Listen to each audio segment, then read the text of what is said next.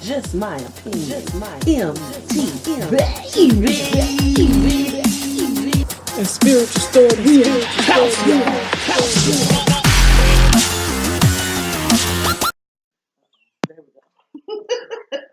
Hey, hey, everybody. Sorry about that. Our picture just froze, and we were like, what? Okay. Welcome to the latest episode of Just My Opinion. I'm the Spiritual Stud. And I am MT, baby. And as you know, we've been doing a series on sex. In this one, we're going to talk about sexual attraction can be used to control a situation or a person. So I did some reading. It's kind of hard to find just sexual attraction being used to control. Most of it's like sex. How sex can be actual used. sex. Yeah. So I'm gonna let you hit it. I'll respond. Okay. So this is what prompted. Yeah, I'm wondering. This is what prompted this discussion because I was talking with my coworker, and she is young and she's vivacious and very cute, And we were talking about how we work in a salon where we cut hair. Yeah. Okay, and we were talking about basically kind of like manipulation and how she felt in her, and I don't want to misphrase what she said, but in a nutshell, she was saying how she has toned down how she would like to dress to work in that environment. Okay. And she said she can kind of tone it up or tone it down depending on how much money she want to make. Okay. And so and this is not the first time I've had that conversation with coworkers who are all women. Because one of my other coworkers, which is funny, but she's real busty, right? And she was talking about how if she needed more tips that day, she would expose a little bit more of the girls because men will tip better.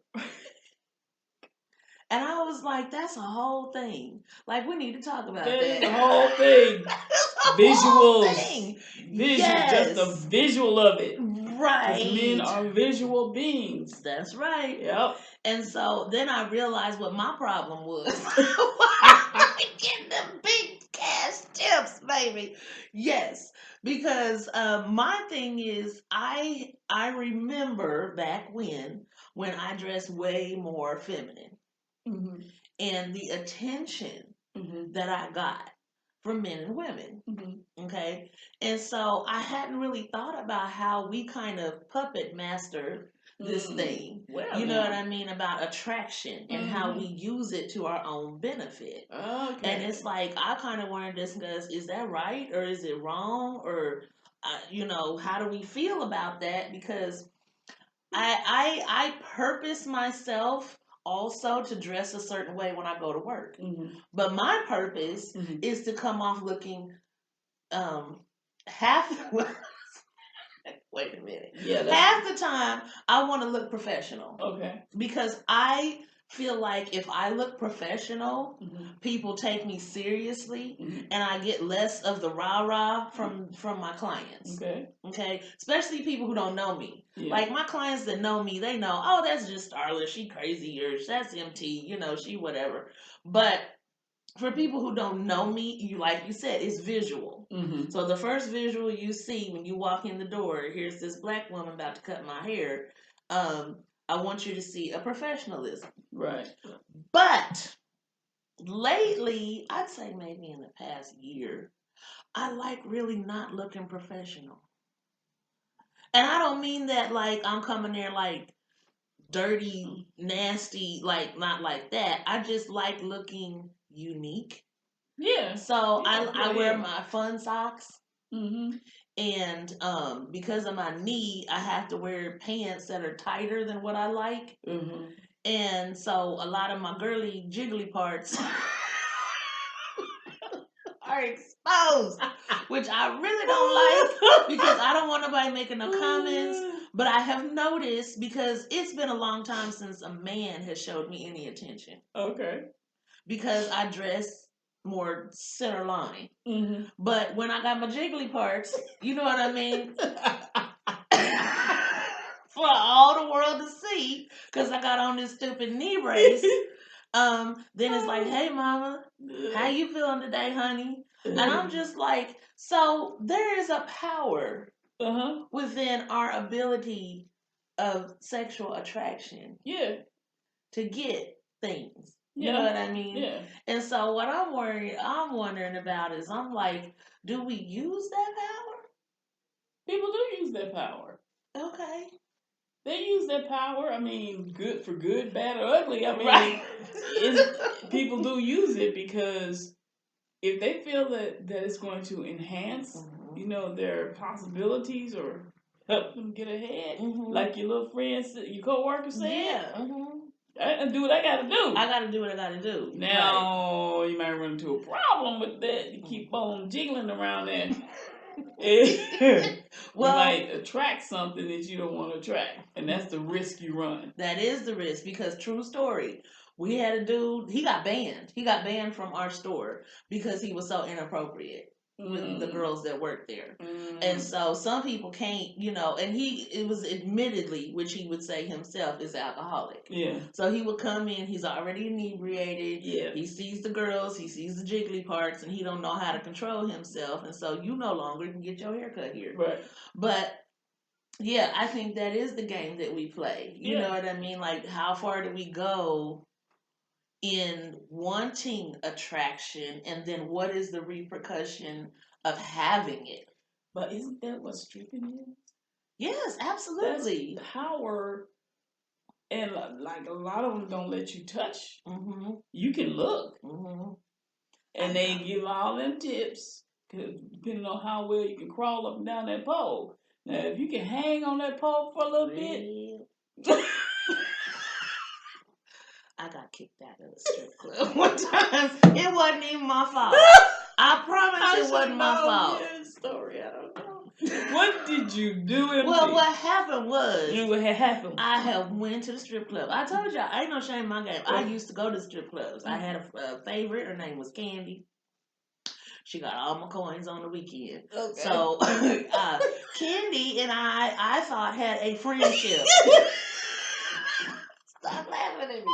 So I would go in early before a whole bunch of people got there, and I would sit at the front of the stage and give Candy my hard-earned dollars. And so she used to take her hands. She would take my hands, and then she'd put it on her. Like, she'd grab my hands and wrap them around, you know. And I knew the rule was don't touch the girls. But she grabbed my hand and to touch her. And then the bouncer was like, excuse me, you gotta go. I'm like, she touched me. Okay, she touched me. I didn't touch her, she touched me. Well, I touched her, but only because she touched me first. Yeah. But I got it. He didn't see all that. He didn't see that. He just saw your hands on her. He just saw my hands on her. Yeah, she didn't try to stop it, though. No. Shoot. Y'all didn't have a friendship. We didn't. We didn't. It's okay. You live and you learn. You know what I'm saying? You just said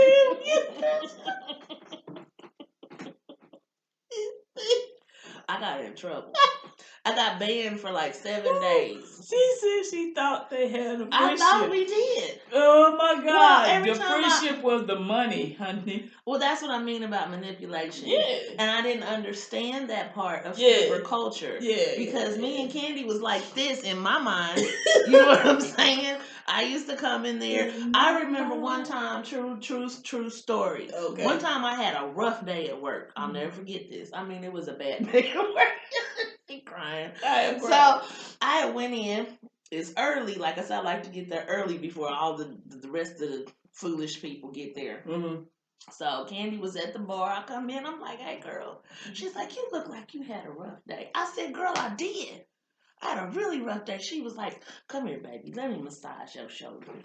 I was like, oh yeah, Candy, come on with it, you know. And so I ordered me a drink. She stood behind me. Now I paid for the massage with some tip money. You know what I'm saying? But it wasn't like, okay, I charged $60 for a massage. It was like I gave her my appreciation. Yeah. And that made me think that we was better than the rest of them fools coming in the strip club. But you wasn't. But I wasn't. Oh, yeah. Candy knew how to work. Yes, she did. Play the game. Yes, she did. And I loved every minute of it. Yes. Oh, God, you got banned. Okay. Thicker than a Snicker, and then they go tap me on the shoulder like I did something. Oh, wow. She touched me. Girl, you got so many stories. It's the truth. I ain't even lying. Yeah. She probably old now. Poor Candy. If you're listening, girl, I'm in a relationship now, so don't try to go. I'm just saying. Ooh-wee. But that's key. Manipulation. That you know is what I key. mean? Yeah, and a key. lot of guys, I've seen it, because after that point, and I became friends with other dancers and stuff like that. Like a lot of exotic male dancers are gay men.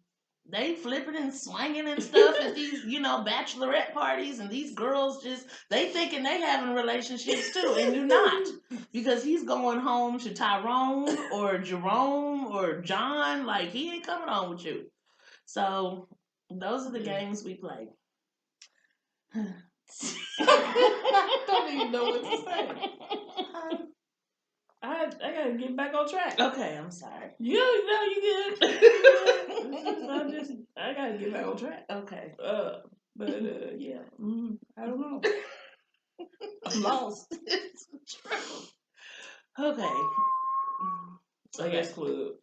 Yeah. Well, Yeah. So that's the whole thing. Like, that's the part of me what I know has maybe masculine tendencies, because like that shape is like, I'm gonna look. I'm gonna look. You do have masculine tendencies. I do. You do. I do. Because yes. Yes, that's what we look at. Well, I mean, not all men. Some men look at other men. Right, but I ain't talking about that. them. I'm talking about me right here. I do. Us. Yes. Yes. Yes, ma'am. I'm gonna look too. I'm gonna look. Yeah. Now, I don't put myself in situations. Right, we don't do that. To go look purposely anymore. Yeah. Because I have seen some things. And I had to stop going to the strip club. It became a bad experience. Woo, what did I see? I saw something. I can't remember, and it was all sweaty. I told people, I was like, I don't want to go to no strip club. They just sweat. They look sweaty and nasty to me, and I don't want no sweaty, nasty person on me. Not Candy. Then don't you talk about her like that. I don't know Candy. But when we went to St. Louis, we went to St. Louis to a bar for Pride, and they had a stripper there up on the bar. She was just dancing. She was a dancer. Okay. And she was on top of the bar. I was like, yeah. Taking pictures and everything. Right. Oh, man, it's still. Woo! Had my drink. It wasn't a strip club. It was just a bar, but they had her in there for us. Yes, ma'am. Well, there's that's entertainment. That's why I'm like, we gotta stop putting stigma on sex workers. Oh my God. Whether that's you dance or whether you actually are a prostitute, we have got to stop putting the stigma on sex workers, because guess what? I was thoroughly entertained. So was I. I had a great time. So did down at the Rusty Navel. I liked it there. Okay? The Rusty Navel? I'm not going to say the real name of the place, because some of y'all know where it is. It's a show with the Rusty. Okay, never mind. I don't know what they. We used to call it the Silver Bullet. But anyway, that's look. It's neither here nor there. Neither here nor there. The whole point is, I think that sometimes we get real prudish. You know what I mean? When it comes to people using, like Players Club said, what she said, you got to use what you got to get what you want. We get real prudish about other people using their bodies. Now, I don't currently approve of people being hypersexualized. Yeah. You know what I mean? Yeah. But at the same time, that's how people make their living. Yeah. You don't want nobody come to your job slapping French fries out of your face when you flipping burgers or. Why they gotta be fun? Well, I'm just saying. Okay. Example. Yeah. Okay. You know, we got to get out of the judgment mindset. You know what I mean? And the older I get, the more I'm fighting against it because I see the young people and I'm like, oh, don't do that. You know, if you got your girls hanging out, yeah, people are gonna look, and I get nervous about the consequences and people not knowing that you're putting yourself out there like that because of the choice. You know, but I don't want to get into the whole like patriarchal. Yeah, we don't want to go because that's what I was about to hit that. Well, go ahead then. Go ahead. We got time. When you were talking about prude, right? Mm-hmm. We are so. I mean, this country is so prudish, but you're doing stuff in secret. Like I was watching, and it's not about sex, but I was watching Drugs Inc. Have you ever seen Drugs Inc? And they were talking about Salt Lake City, Utah. Okay. And the Mormons. Oh. Mm-hmm. Now, let me tell y'all. This dude is a dealer. He is an elder in the Mormon church. Mm-hmm. He got his drugs in the Book of Mormon. Mm-hmm. He says, I just want people to know that there are good people out here who are doing this. He feel like this is his thing. Mm.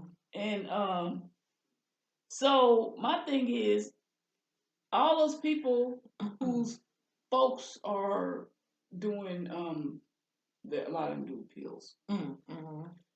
But they don't want, they will hide, like the paramedic said, they will call us because of an overdose, but they will hide the evidence. Because they don't want anybody else to know what's going on. Mm-hmm. See, that's what I'm saying. Mm-hmm. It's not sex, but it's the same thing. Mm-hmm. You don't want people to know because you have an image. Right. That's it. And America is just an image. Mm-hmm. And the image is slowly crumbling. Mm-hmm. But that's what it is in the prudishness of it all. Mm-hmm. Because we were all young at one time. We had something hanging out. Mm-hmm. Now, dudes probably had them tight tail jeans on when I was growing up so they could show that little bump in the front. Mm-hmm. Not wearing no drawers. Because I remember watching Solid Gold. Yes. And Andy Gibb would have them leather pants on. Yes.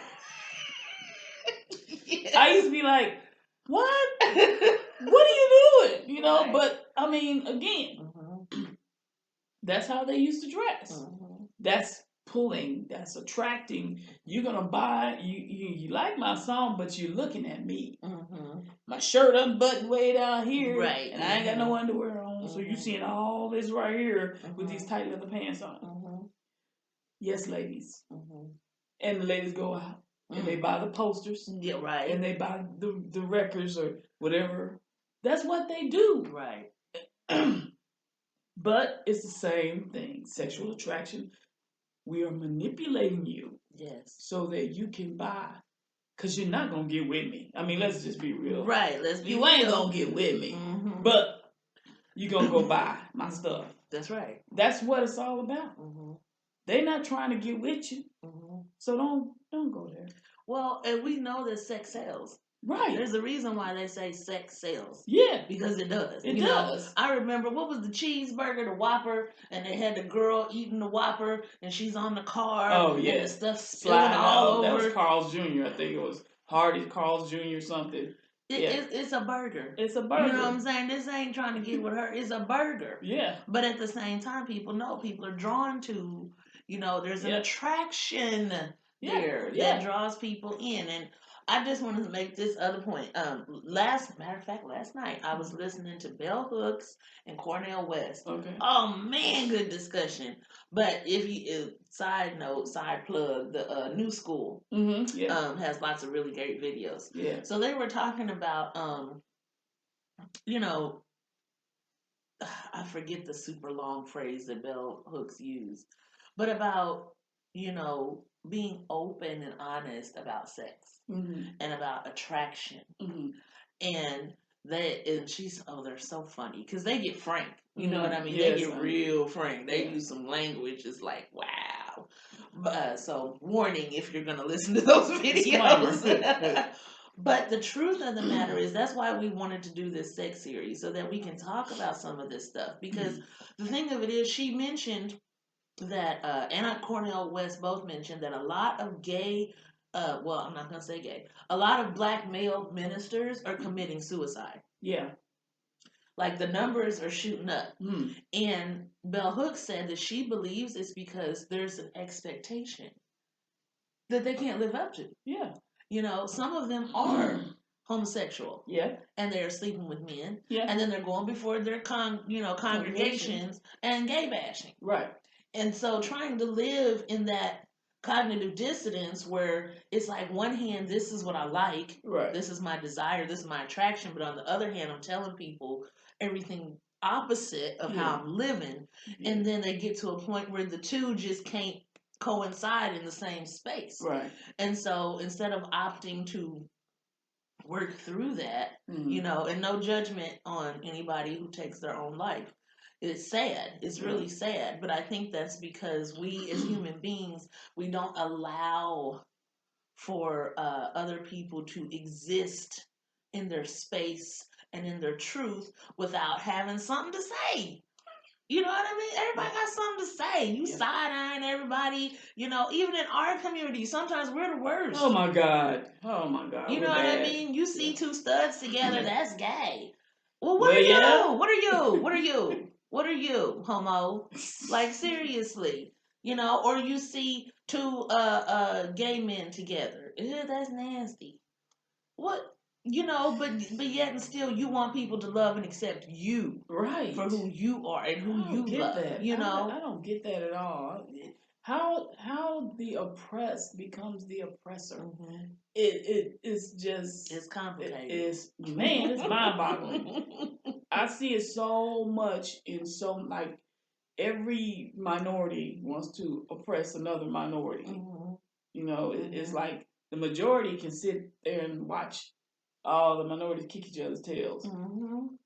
That's stupid. Colonization did us all a disfavor. Yes, it did. Because it put all of these things in our head that are have-tos. Right. You know what I mean? Like, we feel like we have to. Yeah. We have to live up to this. We have to be this. We have to. And you know what? That judgment that comes with it and that personal reflection of who am I? And can I live my life without people's, comments or side eyes, and I just wanted to say, for all of those people who are in our community, LGBT, LMNOP, QRST, I applaud your boldness for living out loud, for those who can. I just want to give you a little shout out, because to know that you're going to be judged harshly, man, for your attraction, well, you know what I mean? Yeah. To know that and still put yourself out there, that's really brave. You know what I mean? And I hope that we can all get to a place where we'll get there. But it's really brave of you to be able to do that, knowing that people are looking at you and whispering making judgment calls really quickly based on your appearance, not getting to know you. That's how they can stay in their little box. And I think even getting back to sexual attraction being used to control situations, patriarchy, they put into place these rules that they did not follow. You don't touch them, you don't mess with them, they're dirty, they stink. In the meantime, you're in the bed with them. Y'all got a lot of little mulatto kids running around here because you put into place a rule that you continue to break. And they weren't really putting themselves out there as trying to attract the masses. But when you look at young people, like you were saying, and they're out there putting themselves on Front Street, right? And they got people eyeing them. Mm-hmm. Some of them, because of the culture now, mm-hmm. it's like, oh, I got these many likes because I had this on, and I'm gonna put this on next time. Mm-hmm. It's gonna get tighter, and shorter, because I want all the likes. Yeah. Mm-hmm. And the minute somebody does not like them, their whole world crashes. Mm-hmm. And that's the part that we need to be careful about. You can't always want to act like you're so prudish and pure, and your child is suffering because you're not being honest. That's it. That's where we are in this country. This country has not been honest with its children. Hey guys, we just had technical difficulties, so we've been gone for a minute. I forgot what the heck I was saying, but I do know that for us, we have to remember that sexual attraction can be used for good and for bad purposes. Mm-hmm. Let's not use it for bad, or let's not have it turn into something bad. Use your superpowers for good. That's right. Mm-hmm. Pay attention. Watch your surroundings. Don't get too, what's the word I'm looking for? Bold with it, thinking that you got it like that, because there's somebody out there peeping you out. And I guarantee you that you might not want that attraction. You might not want that attention. So in any case, this is our last show for 2019. Mm-hmm. We are going to take our little hiatus and try to catch up on some writings and all that other stuff that we do. And this one right here is the one that does every dang on thing. I have nothing to say. So I'll turn it over to you. All right. Thank you for tuning in to Just My Opinion. We appreciate all your support all year long. We just want to give a shout out real quick to Chuck Tackett, because you know that's our dude, Chuck. Chuck. We love you, Chuck. Yep. And we want to say that we'll have new and exciting things coming in the next year, but we love you. Thank you for rocking with us. I hope you have a great holiday season. Yes. And follow us, like us, tell your friends about us. Yeah. Mm-hmm. There's a whole bunch of podcasts. We've been doing this forever. There's a whole bunch. Okay, so go back and look up some old ones during the holiday break. We love you. Yeah. Have a good one, and we'll see you on the flip side. Peace.